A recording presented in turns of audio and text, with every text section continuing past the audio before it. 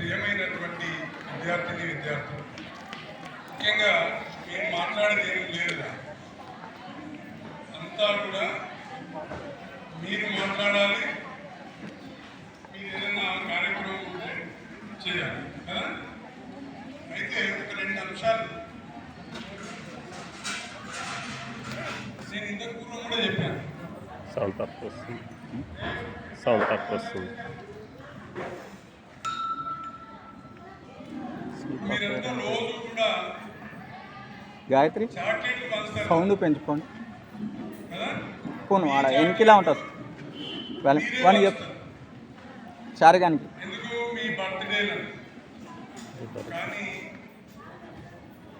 గొప్పవారి చాలా పెద్దవాళ్ళ యొక్క బర్త్డేలు మనమందరం కూడా జరుపుకుంటాం, వాళ్ళ బర్త్డేలు. కనుక ఈరోజు చాచా నెహ్రూ యొక్క బర్త్డేను మనం అందరం కూడా నిర్వహించుకుంటున్నాం. అది కూడా ఒక పేరుతో.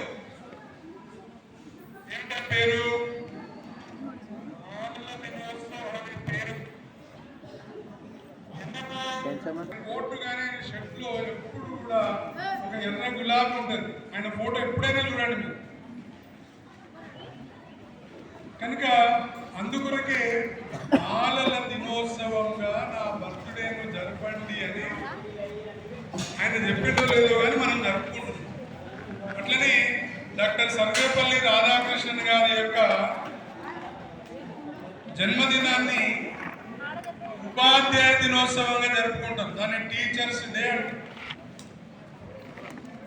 కనుక ఇట్లాంటి గొప్ప మహానుభావుల యొక్క జన్మదినాలను జరుపుకోవాలి అంటే వాళ్ళ యొక్క జీవిత చరిత్రను మనము జ్ఞప్తికి తెచ్చుకోవాలి. నిజంగా కూడా నెహ్రూ యొక్క చరిత్ర సార్ ఇంతకు ముందే చెప్పిండు కదా. అతను ఒక ఉన్నతమైనటువంటి ఒక సంపన్నమైనటువంటి అంటే ధనిక కుటుంబానికి చెందినటువంటి కాశ్మీరీ బ్రాహ్మణ కుటుంబంలో జన్మించినటువంటి వ్యక్తి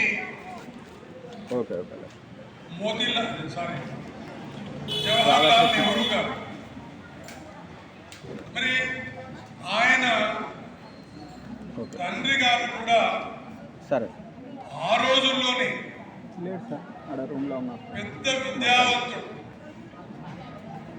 మోతీలాల్ నెహ్రూ, తల్లి స్వరూపారాణి. ఈ పుణ్య దంపతులకు జన్మించినటువంటి వ్యక్తే జవహర్లాల్ నెహ్రూ గారు. మరి జవహర్లాల్ నెహ్రూ ఉన్నత విద్యావంతుడు కూడా. ఆ రోజుల్లోనే బారిస్టర్ చదివి మంచి న్యాయవాద వృత్తిలో ఉండి అనేక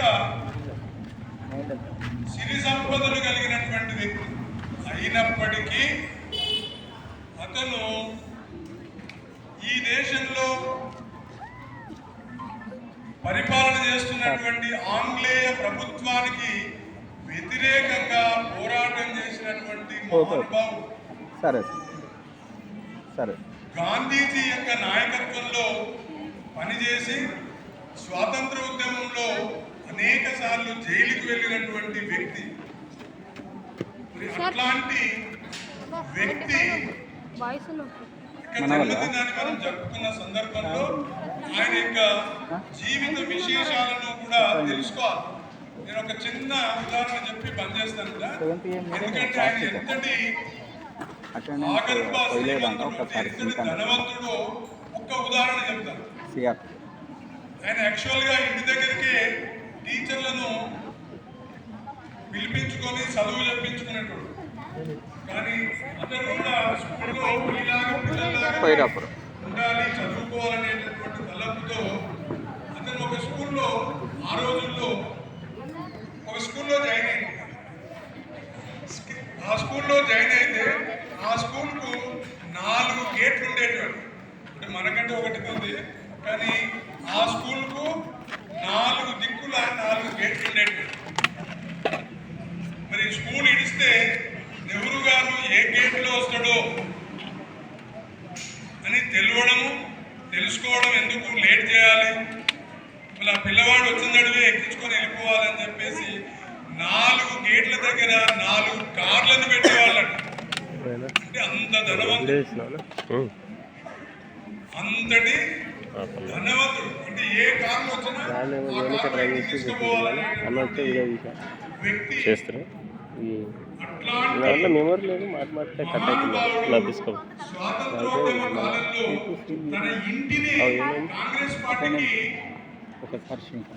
ధారాదత్తం చేసిన ఉదయమే వ్యక్తి. ఇప్పుడు ఫోన్ ఎవరైనా చెప్పలేదు రోజు ప్రసారం రోజు చేస్తున్నాడు, మళ్ళీసారి చెక్ చేస్తున్నా చూపిస్తాను. నేను అందుకొరకు ఫోన్ మీకే ఓకేనా, ధన్యవాదాలు. కనుక అట్లాంటి ప్రధానమంత్రి చూద్దాం. ఉద్దేశాలు ఎట్లా ఉండేవి అంటే, ఇప్పుడు ఉండేటటువంటి ప్రాజెక్టులు ఏవైతే ఉన్నాయో మన రాష్ట్రంలో ముఖ్యంగా నాగార్జున సాగర్ కానీ శ్రీశైలం ప్రాజెక్టు కానీ ఇట్లాంటి ప్రాజెక్టులను నిర్మించండి. ఈ already data has already synced అని వస్తుంది. మనమైతే ఇప్పుడు అంటే రోజు అదే అడుగుతున్నా, నాకు అర్థమవుతుంది. అదే రోజు సార్దే మిస్టేక్ అవుతుంది. దేశ ప్రజలకు రోజు నువ్వు ఆ రోజు చెప్పినావు కదా, ఆ రోజు కూడా ఆల్రెడీ సింక్డ్ అప్పటికే. అన్ని మొన్న చెప్పి కదా రోజు రకాల కనుక వాటిని ఆధునిక దేవాలయ ఆ సెక్షన్ చూస్తున్నాడు మంచి ప్రాజెక్టులని ఏదో గుడ్లను దాంట్లోనే అనలేదు ఆయన. ప్రాజెక్టులను వాళ్ళ డేటా హ్యాస్ ఆధునిక దేవాలయాలు అవే దేశ ప్రజలకు ఉపయోగపడతాయి అనేటటువంటి ఉద్దేశం చేత రకరకాలైనటువంటి ఆయన కార్యక్రమాలు మీద ప్రేమతోటి అది పోతుంది. అది సింక్ కాకపోతే ఏదంటే లిస్ట్ చూపిస్తుంది కదా, టచ్ చేయగానే సింక్ చేయమని.